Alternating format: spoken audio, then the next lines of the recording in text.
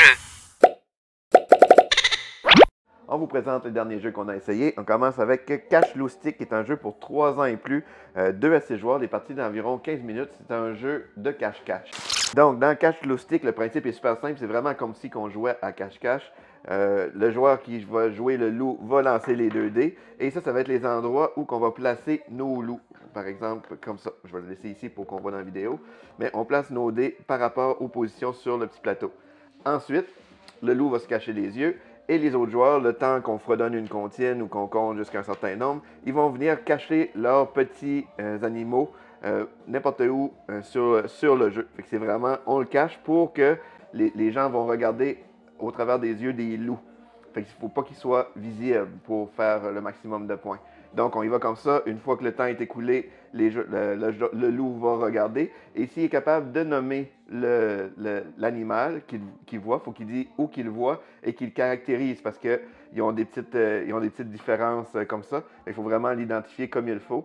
Et bien, il va gagner un bonbon par animal qu'il va réussir à trouver. Tandis que les autres personnes qui n'ont pas été trouvées, mais ils vont aussi gagner un bonbon. Et celui qui a le plus de bonbons à la fin de la partie va gagner. Donc, Cache-Cache Loup Stick, c'est un jeu super, c'est vraiment dynamique, c'est le fun. Il y a un mode aussi un petit peu plus avancé pour les plus vieux, mais c'est vraiment le fun, en plus d'être très très beau. La dynamique de Cache-Cache est bien réalisée, donc c'est Cache Loup Stick. On a aussi essayé Carapate, qui est un jeu pour 4 à 7 ans, les parties d'environ 10 minutes pour 2 à 4 joueurs. C'est un jeu de course. Donc, dans Carapate, chaque joueur va piocher un animal, que ça va être son animal. Et à tour de rôle, ils vont lancer les 2 dés. Ils vont devoir choisir une des actions des 2 dés. Comme par exemple, ici, on fait avancer le porc-épic. Ici, on fait avancer soit le porc-épic, soit l'escargot.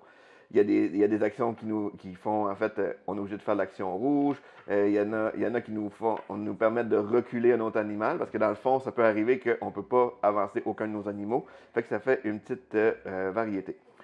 Pour les plus vieux, on peut jouer aussi avec des habilités spéciales. Ce que ça fait, c'est que dès qu'un joueur traverse une tuile comme ça, on la retourne.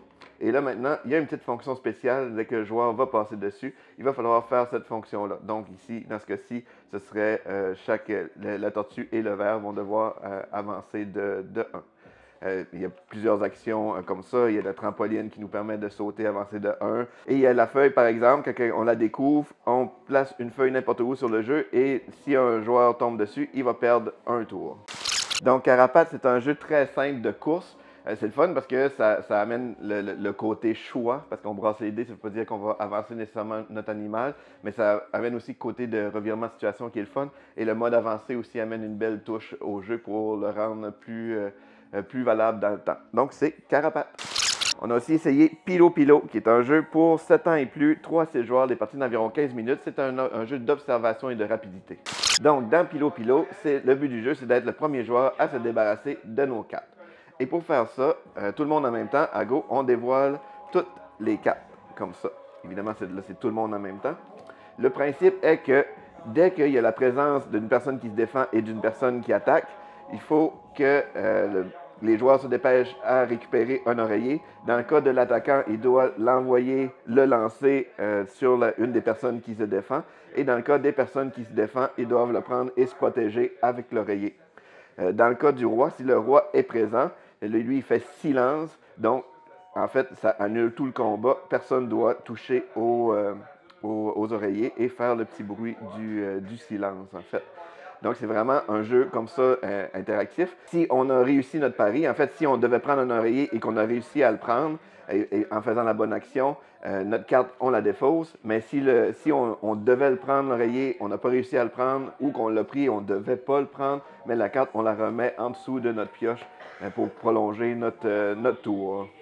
Donc, Pilo Pilo, c'est un jeu qu'on a beaucoup aimé. En tout cas, personnellement, j'ai vraiment aimé. C'est très, très dynamique, c'est drôle. Se lancer les oreillers, c'est le fun. Évidemment, il y a des règles qu'il ne faut pas se lancer nécessairement dans le visage, il faut le lancer juste sur le corps. C'est très dynamique, c'est très le fun. Pilo Pilo.